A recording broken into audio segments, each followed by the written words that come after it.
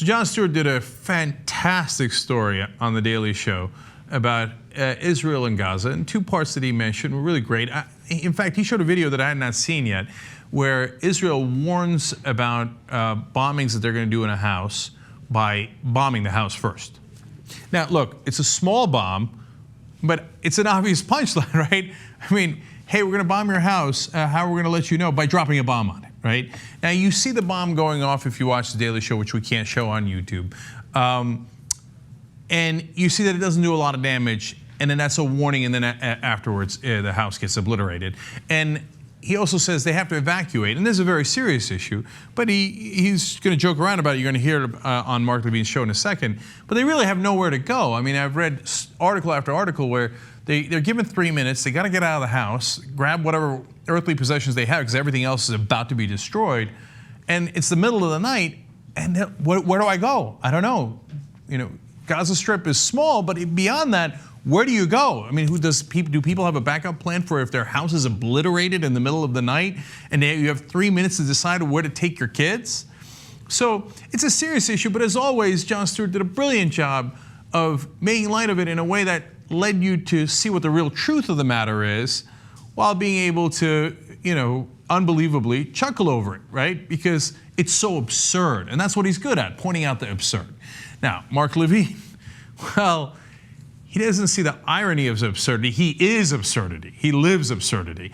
So, of course, he was livid over this situation. If you don't know who Mark Levin is, join the rest of America. He happens to be a conservative talk show host, and he's very angry about everything, and certainly about this situation. So he decided that he's going to go to war against Jon Stewart. It's going to get personal. Let's start watching and listening. So this is Jon Stewart last night. Go. How are the Gazans notified? Basically, a small mortar explosion on the roof of a building, which serves as an Israeli warning of an upcoming airstrike. Let's stop there a second, please. So the Israelis are warning their own people of incoming missiles from Hamas and Islamic Jihad, among others. And the Israelis are trying to warn the Palestinians in Gaza of a coming attack as well. So the Hamas terrorists aren't warning anybody about anything. In fact, they're insisting that the people in the Gaza Strip serve as human shields. And somehow this basic human fact, this simple logic, is lost on Jon Stewart. And I don't trust Jews who change their names. What do you think about that, too? There, I said it. Wow. He's been holding that one down for a little while, right? Okay, well, I think you're a weirdo. One of my best friends growing up, his family changed their name. Why? Because when they got here, they were facing incredible anti-Semitism, and his grandfather made a decision to protect his family. Now, you can question that all you like, okay, but that's their decision. And you would think that you would have a little bit more sympathy for that point of view. Apparently you don't. Now, on the issue of warnings, look, actually, there is something to be said for Israel giving warnings. It's not just through bombing that they do it. They also do leaflets, they do automated phone calls, text messages, etc. You know, Jon Stewart's about to point out it doesn't do you much good because there isn't much place to evacuate, but it does do you some good. I mean, they could just drop the bombs and everybody in the building would die. So credit where credit is due, but you know, obviously Stewart's just pointing out some of the absurdity of it, but Levin is not having any of this. He's going to keep on going. The Israeli military telephoned the neighbor to warn them to evacuate, but they only had 3 minutes. Evacuate to where? Have you seen Gaza? Israel blocked this border. Egypt blocked this border. Stop. Have you effing seen Israel, you little twerp? Have you effing seen what surrounds Israel, you little twerp? Is Hamas giving warnings to Jews in Israel, you little twerp? Oh, that Jon Stewart Leibowitz, man, I'll tell you what, he's the cutting edge. The man is celebrated. I'll bet you ought to hear his jokes about the Holocaust. The guy's got 1 million of them. It's very funny. Very good.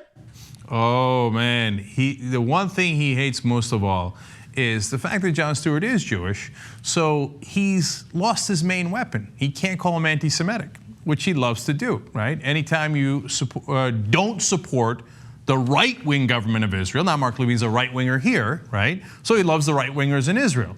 So probably likes the right-wingers everywhere, right? He's a fundamentalist. That's what fundamentalists do. They like the idea that everybody should be pro-war, pro-radical, etc., right? So he can't say Jon Stewart's anti-Semitic, so that drives him crazy. There, I said it. I hate him. Well, Leibowitz. Why isn't he Leibowitz? Man, that is ironic.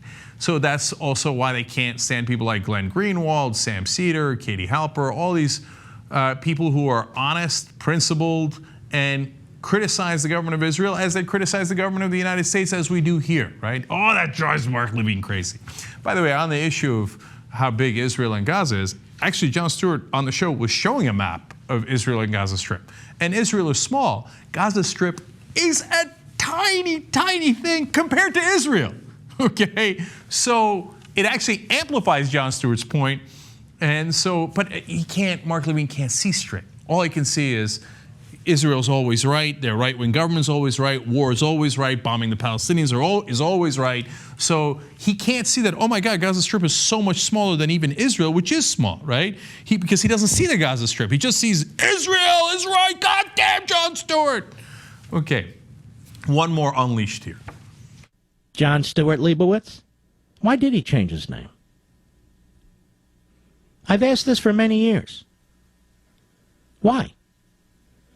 Well, it might hurt him, in show business. Oh, that's right. There aren't any Jews in show business. There aren't any Jews in TV, music, broadcast. Oh, why'd he change his name? I'm just curious. I despise the self-haters. I really do. I despise them. I despise them. Okay, well, good for you. Now, look, you can't win with names. First of all, Jon Stewart has addressed it. He said that he had issues with his dad. He didn't want to get into it too much. He mentioned it as an aside in a tweet that when he was being challenged by Donald Trump of all people on why he changed his name. Like, you got to answer to Donald Trump. It didn't have to do with show business. But look, my name is Cenk Uygur, right? Which is nearly impronounceable. Like, it's spelled with a C. The first name is, last name is Uygur. So what do I get? I didn't change my name. So what I get? Cenk Uygur, whatever the hell that is. Oh yeah, Cenk, Uygur, right? If I did change my name, why did you change your name? Self-hater. You can't win, because it's not about your name. It's that they hate your ideas. In the case of Jon Stewart, they doubly hate it because they can't go to their standard right-wing talking point, which is that anyone who opposes them is anti-Semitic. That's what drove them crazy the other day about Amari Stoudemire, who's also Jewish. And in fact, they questioned whether he was Jewish because he tweeted out a picture of an Israeli boy and a Palestinian boy hugging, saying, "Pray for Palestine." They're like, how dare you, right? So these guys drive them crazy the most. Of course, as usual, Jon Stewart makes another great point, and that's why the right-wingers hate him for it.